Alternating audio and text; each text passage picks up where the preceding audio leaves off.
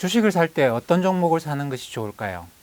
지금 잘 올라가고 있는 종목을 사는 것이 좋을까요? 아니면 지금 사람들이 외면해서 주가는 올라가지 못하지만 저평가된 흔히 말하는 가치주에 투자하는 것이 향후의 투자 성과가 좋을까요? 오늘은 이 모멘텀과 밸류 이야기입니다. 주식을 투자를 하다 보면 여러 가지 현상에 직면하는데 모멘텀과 밸류라고 하는 건 주식 투자에서 어떻게 보면 양대 산맥이라고 볼 수 있습니다. 우리가 영화 스타워즈를 보면 제국의 군대가 있고 저항군이 있죠. 뭐 완전히 다른 또 얘기는 합니다만 가령 우리 조선시대 성리학을 보면 이황의 주리론이 있고 이희의 주기론이 있습니다. 그러니까 5천원짜리 지폐 인물인 이희가 주장한 주기론이라고 하는 것은 이게 이제 이황이 주장한 주리론, 그러니까 이치, 세상의 어떤 세상은 질서가 가득하다라고 하는 논리에 반해서 세상은 그것이 아니고 그것보다는 좀 기의 움직임, 좀 혼란스러운 움직임이 많이 들어가 있다라고 하는 쪽이 이해 주장이죠. 이런 주리론과 태초에 질서가 있었다, 태초에 혼돈이 있었다, 어떻게 볼 거냐라는 겁니다. 주리론, 주기론 있듯이 이 주식시장에도 마찬가지예요. 모멘텀이 결국은 좋은 거냐, 결국은 투자의 성과를 낳는 것이냐, 아니면 밸류가 투자의 성과를 낳는 것이냐에 대해서는 아주 오랫동안의 논쟁이 있습니다. 모멘텀은 뭐라고 정의를 하느냐, 지난번에 제가 모멘텀 밸류라는 이야기를 한번 말씀드렸습니다만 그때 모멘텀 밸류하고는 조금 다른 맥락입니다. 조금 다른 맥락으로 종목이, 지금 이제 종목 이야기로 들어갈 건데요. 하나의 종목이, 하나의 기업의 주가가, 주식 종목이 모멘텀이 있다라는 것은 흔히 말하기는 어떤 거냐면 과거 6개월 전에 비해서 지금 주가의 상승률, 과거 1년 전에 비해서 지금 주가의 상승률, 이것이 다른 종목보다 높다라는 겁니다. 그러니까 다른 종목이 매수 주가가 잘 올라간다라는 것이죠. 이게 보통 뭐 MSCI 같은 이제 국제적으로 주가 지수를 만들고 하는 그런 곳에서는 모멘텀을 쓸 때 보통 어떻게 쓰느냐 하면 6개월 동안의 주가 상승률과 12개월 동안의 주가 상승률을 50대 50으로 비중을 둬서 합칩니다. 그렇게 해서 이제 전체 종목이 보면 그 값이 다 있겠죠. 그죠? 그 값이 높은 종목들을 모멘텀, 뭐 전체 100종목 있으면 그 중에 높은 50종목을 잡거나 안 그러면 이제 높은 3분의 1의 종목을 잡아서 이 종목들이 모멘텀이 높다라고 이야기를 합니다. 물론 이제 반대로 모멘텀이 낮은 종목들도 있겠죠.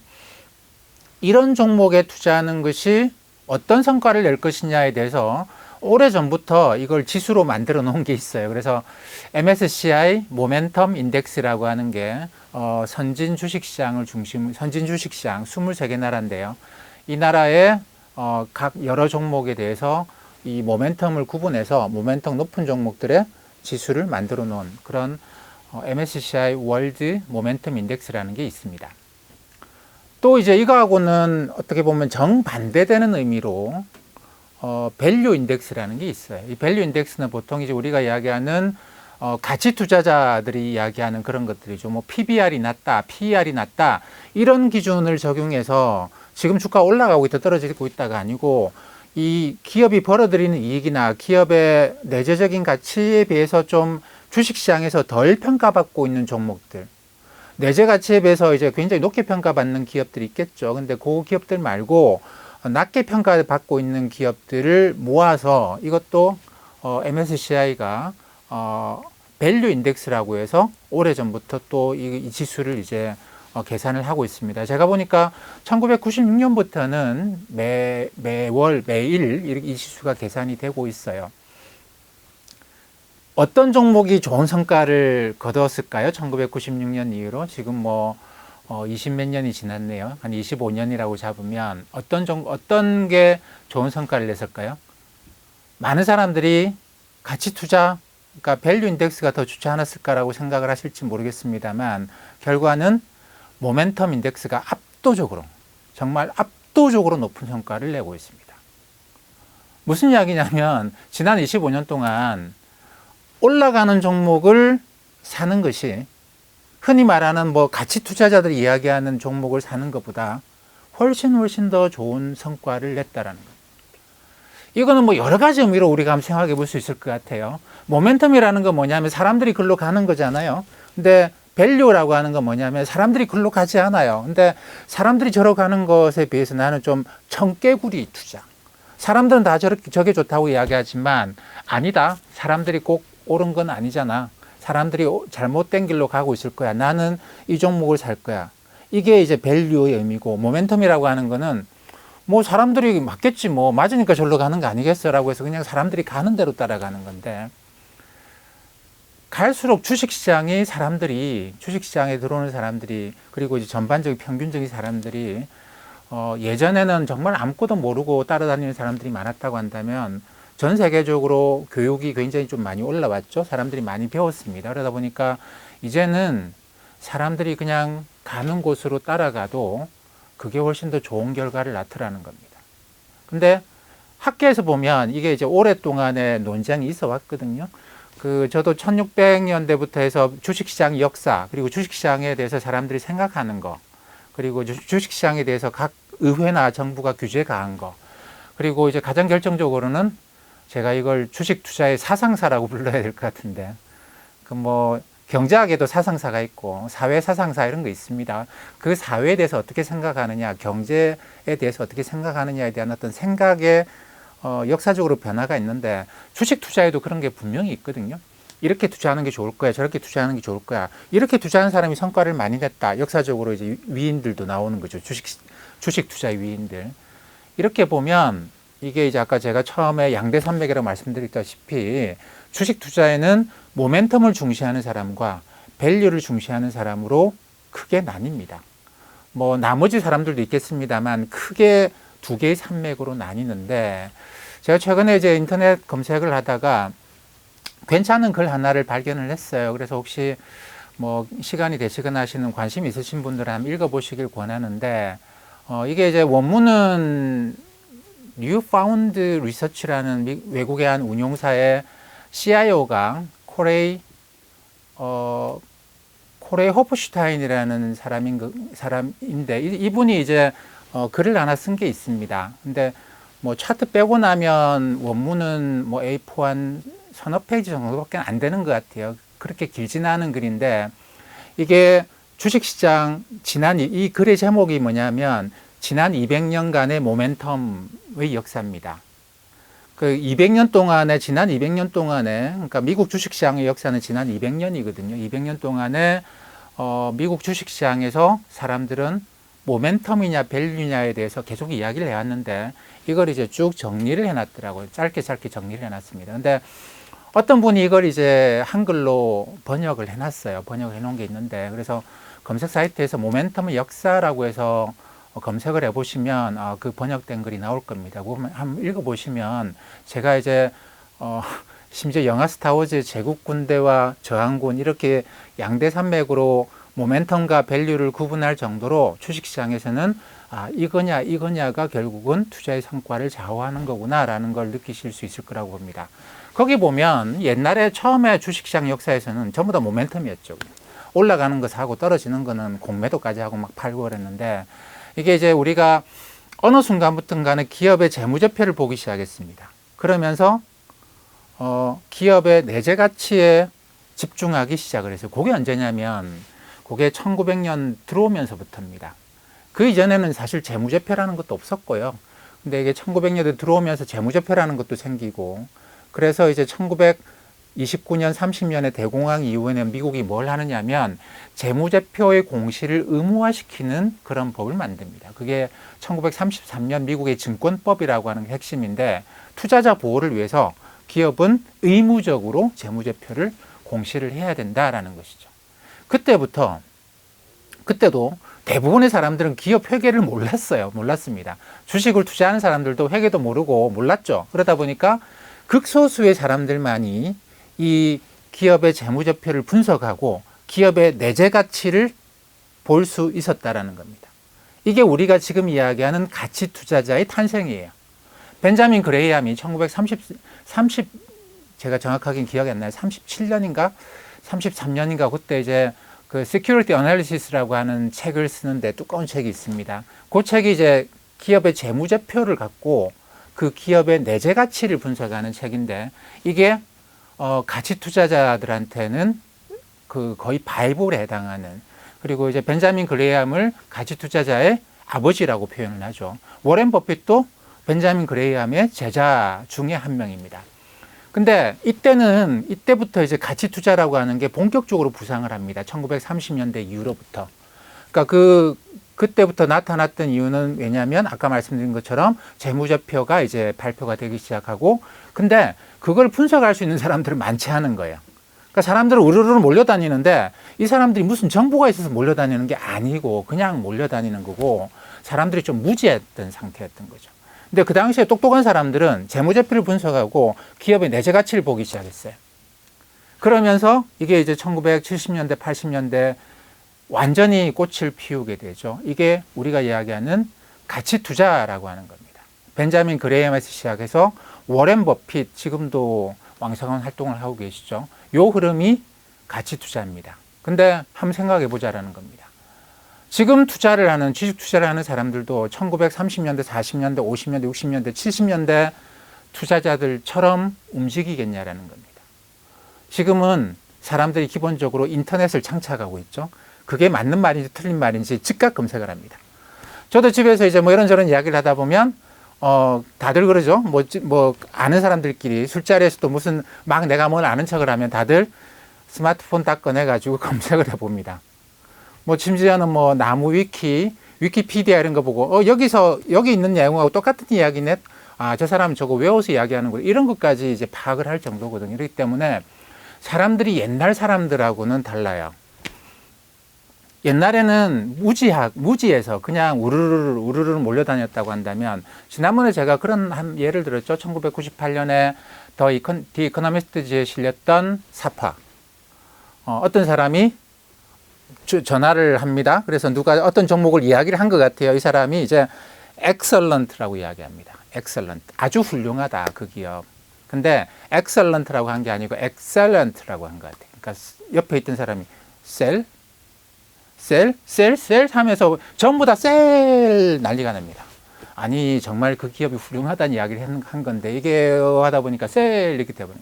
그 다음에 넘어와서 셀 하니까 그 옆에 있던 사람이 이 시장에서 난 도저히 적응 못하겠다. 나 떠난다. BY로 buy라고 했는데 옆에 있던 사람이 BUY, buy, 난리가 나는 거죠. 또 사람들이 주식을 산다고. 뭐 이러던 시기도 분명히 있습니다. 분명히 있었어요. 근데 지금도 그러냐라는 겁니다. 그건 아니거든요. 그러면 이때부터, 그때가 이제 1990년대부터인데 학계에서도 마찬가지입니다. 학계에서도 여러 가지 검증을 해봤어요. 굉장히 유명한 사례가 이제 파마 프렌치라고 하는 두 사람이, 파마가 스승이고 아마 프렌치가 제자일 거예요. 파마는 노벨 경제학상도 받았습니다. 이 사람들이 두 사람이 1993년인가 어떤 이제 그 논문을 하나 냈는데, 이건 굉장히 유명한 논문이에요. 저평가된 주식, 그러니까 PBR 기준으로 저평가된 주식과 소형주, 대형주보다는 소형주, 고평가된 주식보다는 저평가된 주식이 그동안의 사례로, 역사적인 데이터로 검증을 해보니까 굉장히 좋은 성과를 낸다라는 결과가 1993년에 나왔습니다. 데이터는 1970년대, 80년대 데이터를 가지고 쓴 것이죠. 근데 그 이후에, 그 직후에 1990년대라고 하는 게 우리가 이제 IT 혁명이 본격적으로 시작되지 않습니까? 나스닥이 그때부터 계속 올라가기 시작해요. 계속 올라갑니다.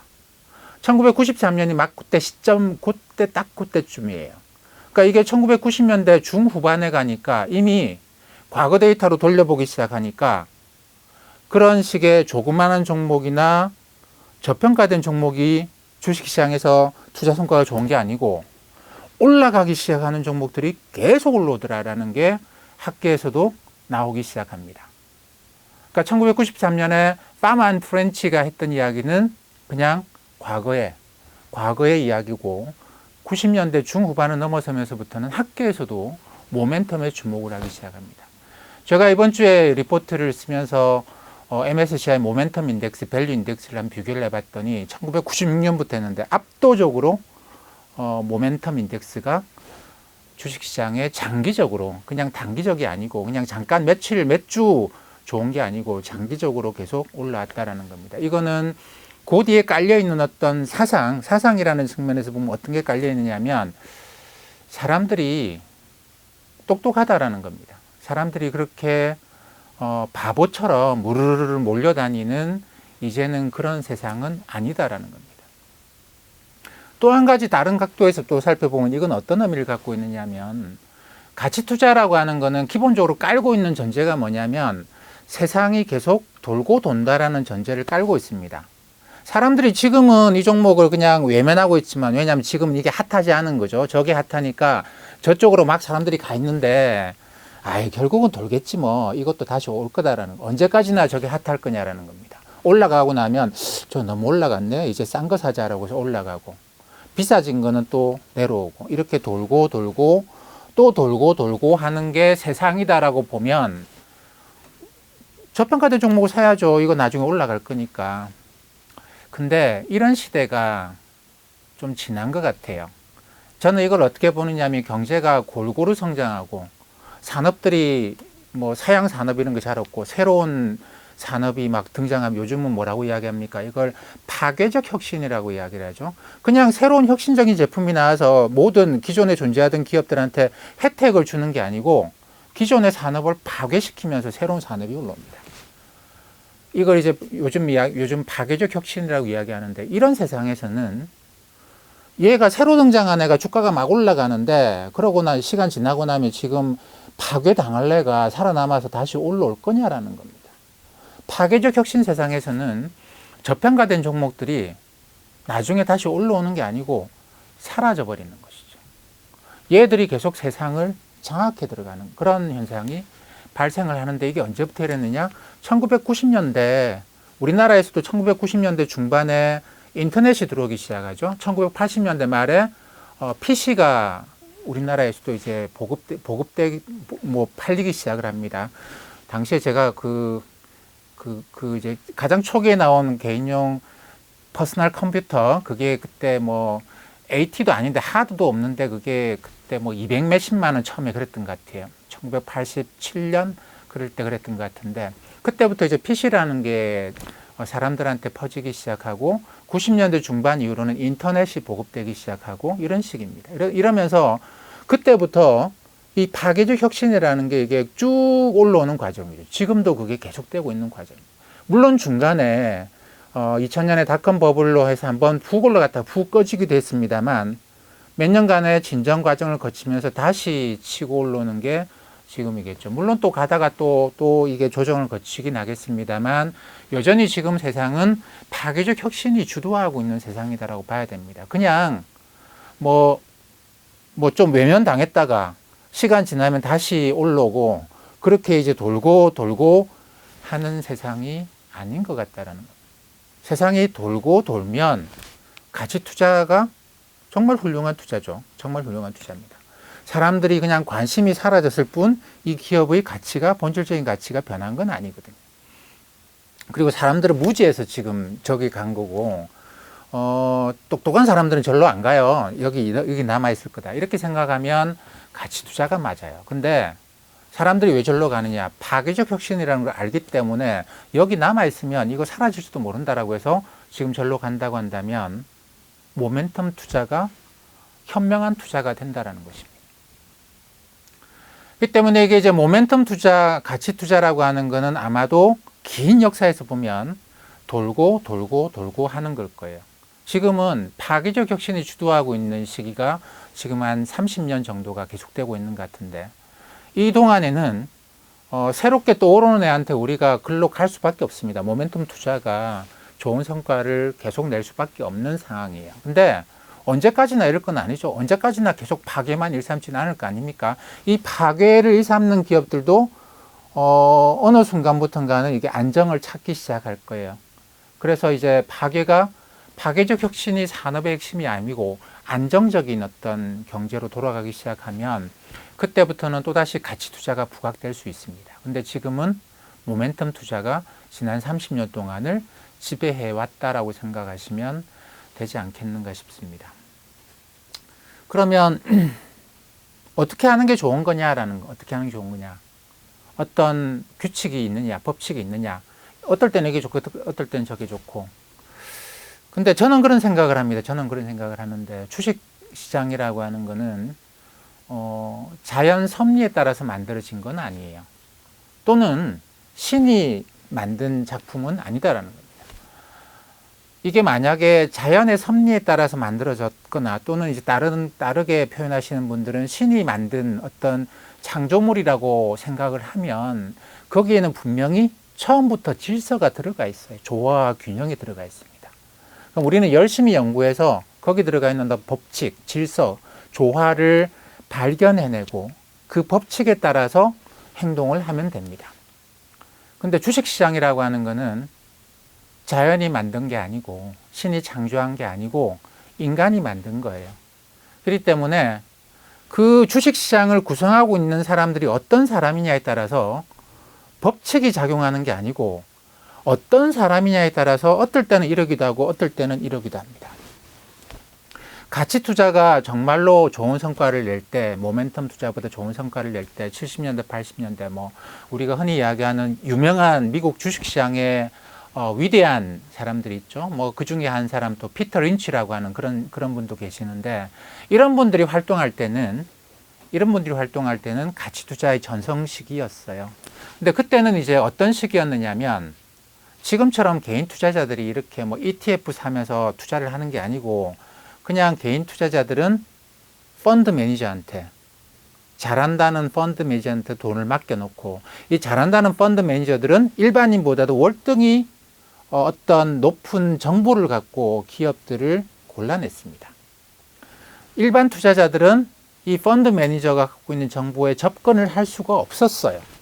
그 때문에 이 펀드 매니저들은 기업의 심지어 내부자 정보까지도 이제 알고 있었고, 이 사람들이 워낙 성과를 잘 내기 때문에 개인 투자자들은 이 사람들은 다 돈을 맡겼죠. 그리고 이 사람들은 기업의 내재 가치 분석하는 데 집중했습니다. 이렇게 주식시장이 구성되어 있을 때는 가치 투자가 확실히 좋은 성과를 낼 수밖에 없겠죠. 그죠? 확실히 좋은 성과. 근데 이게 2000년대 들어와서 2000년대 중반, 후반을 거치고 특히 2008년 글로벌 금융위기 이후로 ETF가 급부상합니다.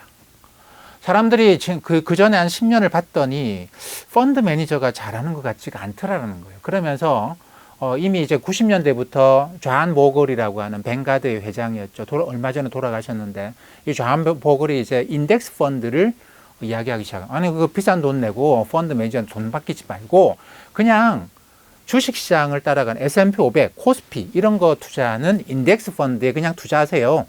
그냥 펀드 매니저 누가 잘한다고 해서 이 사람한테 높은 비용을 내면서 뮤추얼 펀드, 수익 증권 하지 말고 그냥 ETF나 ETF는 그 위에 나온 겁니다만 인덱스 펀드 이런 거 하세요라고 하면서 2000년대 들어와서부터 이 인덱스 투자라고 하는 게 그냥 주식시장에 투자를 하는 게 늘어나기 시작하고 2008년에 주가의 큰 폭락 이후로 많은 개인 투자자들이 주식시장의 전문가들에 대한 신뢰를 잃었어요. 그러면서 이제 내가 직접 할 거다.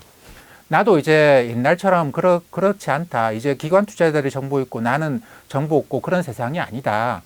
이제 좀 비슷해진 것 같다라고 하면서 본격적으로 주식시장에 개인 투자자들이 직접 참여를 하기 시작합니다. 그 과정에서 ETF라는 게 엄청나게 급성장을 했죠. 지금은 이 ETF가 주식시장을 움직입니다. 펀드 매니저들, 흔히 구루라고도 표현하는데, 구루라고 표현하는 펀드 매니저들이 움직이는 시장이 아니고, 그냥 개인 투자자들이 ETF라는 걸 갖고 움직이는 시장이에요. 그러다 보니까 이게 밸류라고 하는 게 사실 값어치가 나오기가 쉽지 않은 그런 상황입니다. 물론 이거는 이러다가 이제 여러 가지 일들이 앞으로 또 생길 수도 있겠죠. ETF도 언제까지나 ETF만 된다라고 하는 그것도 장담은 못 합니다. 장담 못 하기 때문에 시장은 앞으로도 계속 바뀌어갈 것 같아요. 근데 지금은 제가 볼 때는 모멘텀 위주의 시장이 계속되고 있다라고 판단을 합니다.